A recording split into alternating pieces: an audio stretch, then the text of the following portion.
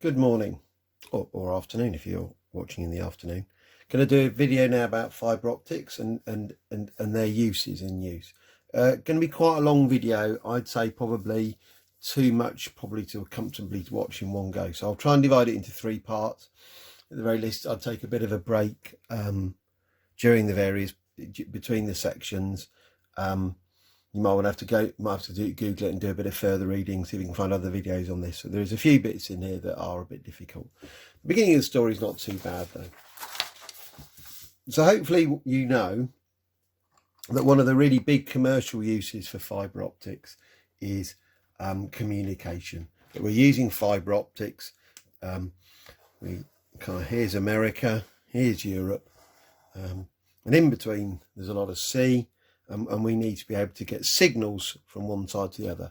In the old days, it was just telegraph or telephone, and now we've got to get digital signals across the Atlantic Ocean. And that is, as I'm sure you know, a really, really long way. It's about 3,000 miles, and that creates an enormous technical challenge. So out there on the sea are huge boats, and on the back of the boat is a thing that looks like a giant cotton reel, okay? And it has to lay along the bottom of the sea a cable for 3,000 miles. And if that wasn't a challenge enough, when the cables were copper, we used to have to put in, if you looked at the cable, it would be a big, fat, thick thing. It would then bulge out. So I'm saying this is 20 centimetres to 30 centimetres to bulge out to perhaps a metre across and then go thin again. So why did it do that? Well, because this electrical signal would weaken with distance, and we'd have to pick that signal up and re-amplify it. And we'd have to do that every 3 miles across the Atlantic Ocean. That means that under the old copper network, we needed 1,000 amplifiers to get us across the Atlantic Ocean. So one of the enormous steps forwards of fibre optics is we now need only one of these boosters about every 30 miles. So that's a factor 10 reduction. We now only need about 300 boosters to get us from one side of the Atlantic to the other. And it turns out that we don't need the booster to boost the signal. We need to make it stronger. We need it to deal with something called dispersion. So we need to have a good look at that and make sure you understand what dispersion is. So to understand dispersion, I suppose, first of all, we have to make sure you understand how we send information across a digital network. So let's start off by imagining, how is my voice being recorded and stored? So we can imagine a sound wave being a graph of amplitude, and that graph showing different frequencies and different amplitudes with time. And essentially what my phone is doing is converting that sound signal into a digital number.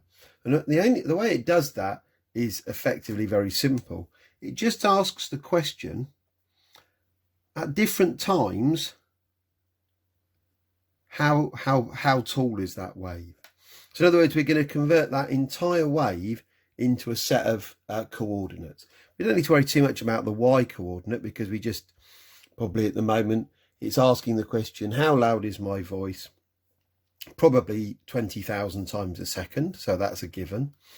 And then it just writes down a digital number, a binary number, and probably a longer binary number, that about an 8-digit binary number, to say how loud is my voice at different time intervals. So we convert all of that wave just into a continual line of ones and noughts. Each 8 ones and noughts representing one point on the wave. And then to move that across the Atlantic Ocean, we would convert that into a digital signal. And what we would do is we would say something like, we do the red light for the pulse. Every time we want to record a 1, we turn the laser off, and every time we want to record a 0, we turn the laser off again.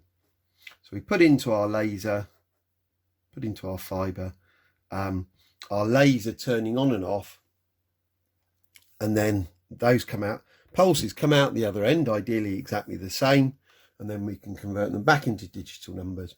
From that we can get back the sound wave, and of course it could be a JPEG picture, could be a computer game, could be anything. But the key point is, as you know, all this stuff is done on binary numbers, which represent light turned on and off. So there's a problem here, and that relates very much to what we were doing yesterday. Let's imagine this pulse here, and what I'm about to tell you may seem improbable, but the reason why it's less improbable than you might think is because these pulses are very short. We've talked about phone processors working at gigahertz, haven't we? Well, one of these pulses could be a nanosecond apart, 10 to the minus 9 seconds apart. So quite small changes can have quite a big effect. And we can imagine that some of the light in that pulse, some of the photons in that pulse, or some of the waves would go straight through the fibre, and they would get through the fibre quite quickly. However, some might go through the fibre bouncing at the critical angle. And clearly, those rays that bounce at the critical angle are going to take longer to travel through than those that travelled straight through. So our pulse, when it comes out the other side, is what's called broadened. Instead of being nice and neat and sharp like that, some of it's arrived more quickly, some of it's taken more slowly. And you can imagine each pulse being similarly broadened, and they start to run into each other. Now, that's only a short fibre. By the time the pulses have been travelling 30 miles in a fibre, we might get out something that just looks like that. So the light's on all the time and there's a slight variation. Now we can probably reconstruct that back to ones and noughts, but eventually we're going to reach a point where all the pulses have run together. And this is something you need to know about. It's specifically mentioned in the specification, and it's called modal dispersion. And we could have a go at working out the time of travel for this straight through pulse and this pulse at an angle to give us an idea of how much modal dispersion we've got.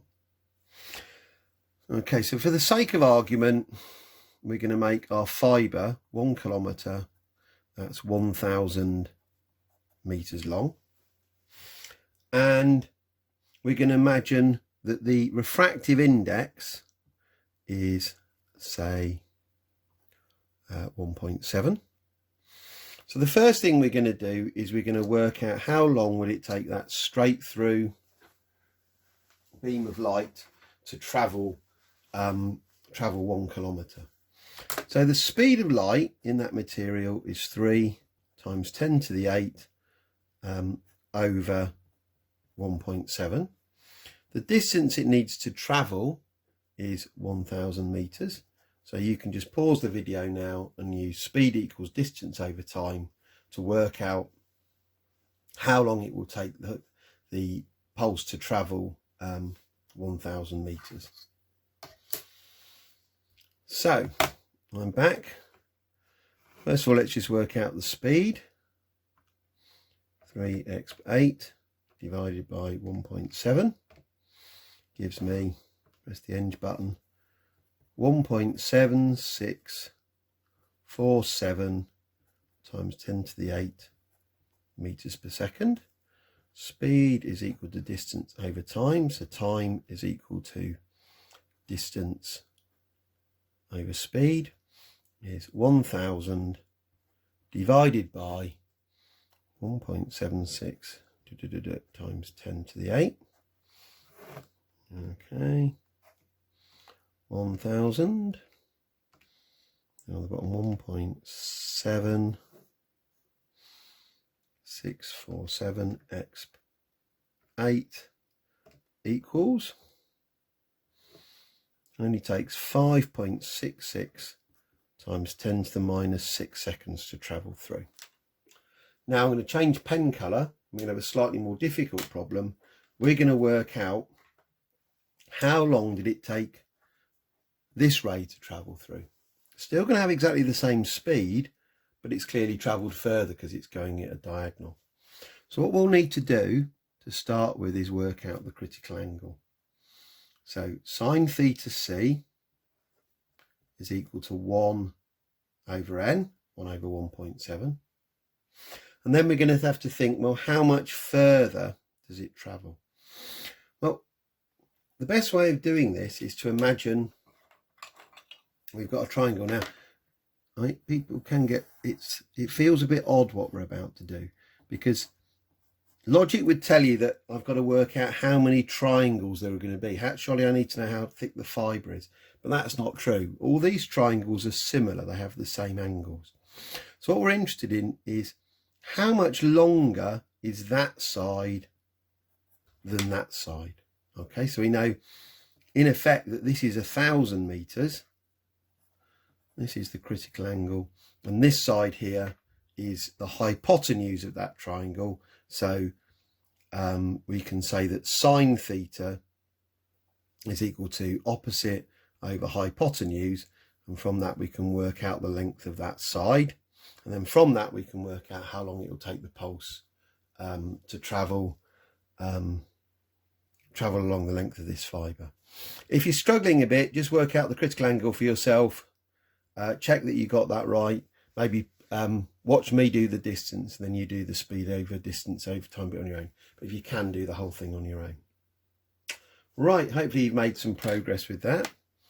So first of all, I'm going to do shift sine 1 over 1.7 close bracket equals, not very good on a calculator really,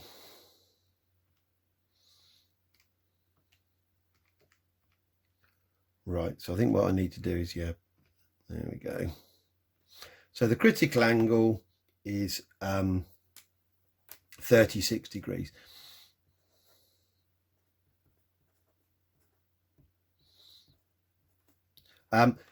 Obviously the critical angle is the worst case scenario, and some rays would be going at an angle bigger than the critical angle, and they would get through more quickly. So we're doing the two extremes here.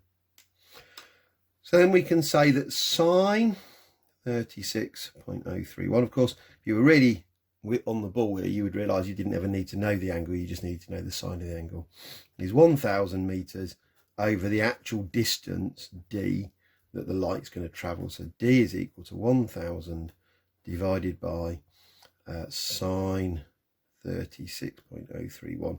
Now I don't know how you did it, but it's fairly obvious to me that's 1.7 times 1,000, so that's 1,700 meters, and then we just got to do time is distance, 1,700 over speed, which I'm going to pick up from over here, 1.7646 times 10 to the 8.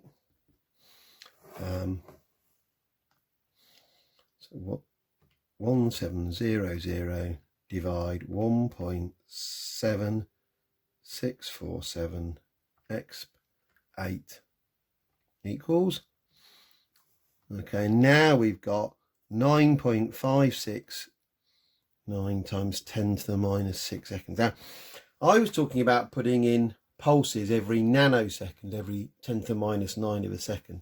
Clearly, even on a 1 kilometre fibre, that would be literally completely impossible. The difference between those times is about 4 times 10 to the minus 6 seconds.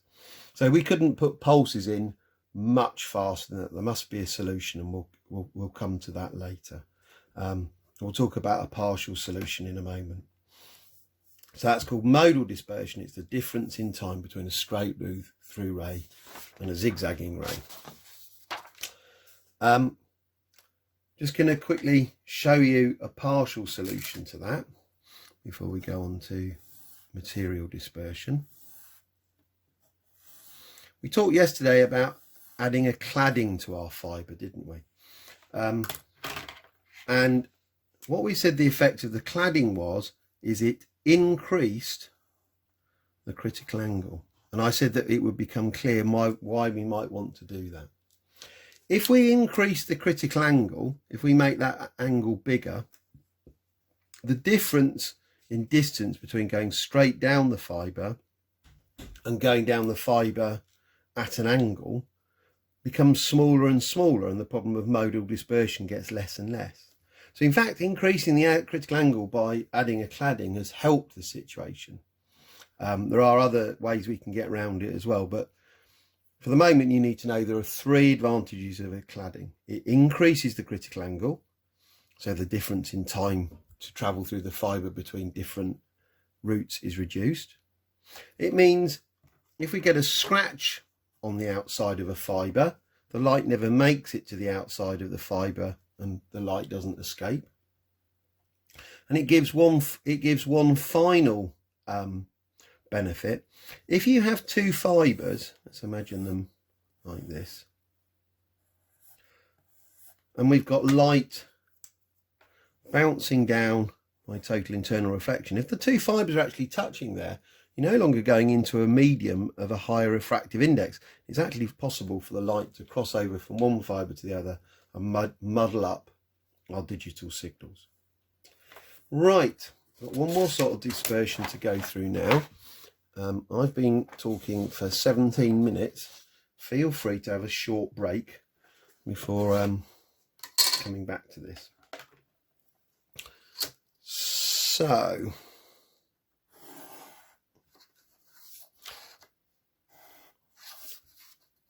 this is just going back to a straightforward fibre like this. And I think, to be fair, this idea is a bit easier. Just show you this briefly as a prop.